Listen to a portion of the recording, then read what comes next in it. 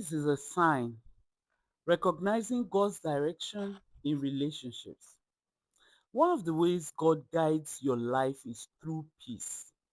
When a relationship is aligned with God's will, there's often a deep sense of clarity and calm in your heart.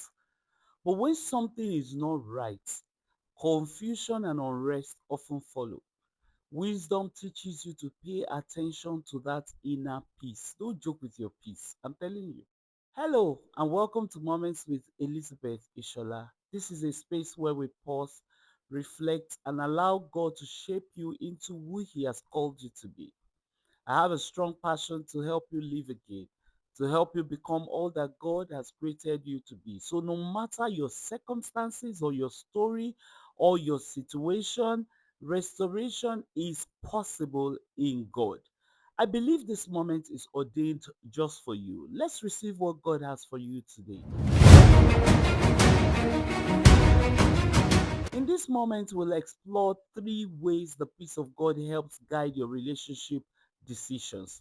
When you understand how God leads through peace, you can make decisions with greater confidence and clarity. Sometimes people feel uncertain about a relationship, but continue moving forward because they do not want to lose the connection. But deep within their hearts, they feel constant unease. Wisdom invites you to pause and ask an important question. In fact, I always say to my children, the time of relationship is the time of asking questions. That's not the time to hold hands, kiss, steal one or two kisses, and do all the wrong things. That's the time for questions. Ask questions. So now, ask yourself this very important question. Do I truly have peace about this relationship? God often guides his children not through pressure or confusion, but through peace and clarity. In Colossians chapter 3, verse 15, it says, "And let the peace of God rule in your hearts, to which also you were called in one body, and be thankful." So the word rule in this verse means to govern or direct. God's peace often guides your decisions. In James 3:17, but the wisdom that is from above is first pure. So when we talk about the wisdom of God, we're talking about purity. It is not worldly wisdom. It's not carnal wisdom. The wisdom that is from above is first pure, then peaceable, gentle, willing to yield, full of mercy and good fruits, without partiality and without hypocrisy. So, when you want to understand what the wisdom of God is about, go read the book of James, chapter 3, verse 17. You will understand it because they are the characteristics of the wisdom that is from God, the wisdom that is from above. God's wisdom produces peace. I'm telling you. Now, three ways peace guides your relationship. Three ways that peace guides your relationship. Number one, peace brings clarity. When something aligns with God's will, there is often a sense of inner calm and assurance. Even when challenges arise, that peace remains steady. Someone told me a story one time of a guy she was dating and they were hoping to get married. In fact, the guy had come to meet her parents, everything was already working, but all of a sudden she lost her peace. She stopped sleeping every time she's awake, bothered, unhappy, but she couldn't place her hands on it. She couldn't place her hands on it. You just need time. Very soon you will know why. And it wasn't long she found out why, and that relationship ended. The fact that it ended didn't mean she failed.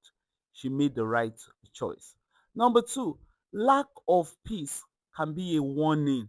Sometimes confusion, anxiety, and constant unrest may signify or signal that something is not aligned.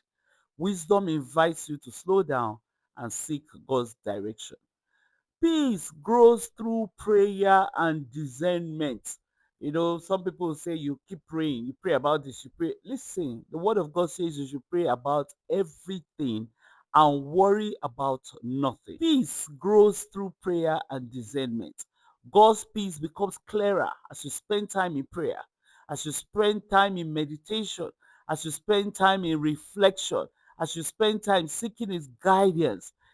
His peace becomes clearer. When you bring your decisions before God, He helps you to see more clearly. So start praying, even for that lady that is not yet in a relationship. Start praying about your relationship now. Don't wait until you are in your 20s. You can even start praying about your future partner from age 16 or even less if you have the right counsel. Let me ask you a question. Have you ever experienced a situation where you realize later that the lack of peace you felt was actually a warning from God? Have you? You can share your thoughts in the comments. Now, let me quickly give you three wisdom actions too that will help you. Number one, pay attention to your inner peace. God often speaks gently through the condition of your heart. Take time to pray about relationship decisions. That's number two. Prayer creates space for God's wisdom to guide you. And finally, do not ignore persistent unrest. Sometimes wisdom invites you to pause, reflect, and reconsider your direction. God is not the author of confusion. When He leads you, He leads with wisdom, clarity, and peace. And when you learn to recognize His peace, you gain confidence in the paths He's guiding you to walk. Before we close this moment, I want to encourage you to continue with the final teaching in this series. In the next moment, we will bring everything we have discussed throughout this month together and talk about the wisdom of choosing the person you can truly work with for life. The final moment will help you understand the importance of alignment in relationship. I encourage you to watch that next. If this message has encouraged you today, I invite you to share it with someone who may need this wisdom. If you have not already done so, subscribe and join me here on Moments with Elizabeth Isola, where we continue learning how to live with wisdom, purpose, and clarity. As you go today, remember this: God is committed to your becoming. God is committed to your emerging. He's establishing you, rooting you, and anchoring you in His truth.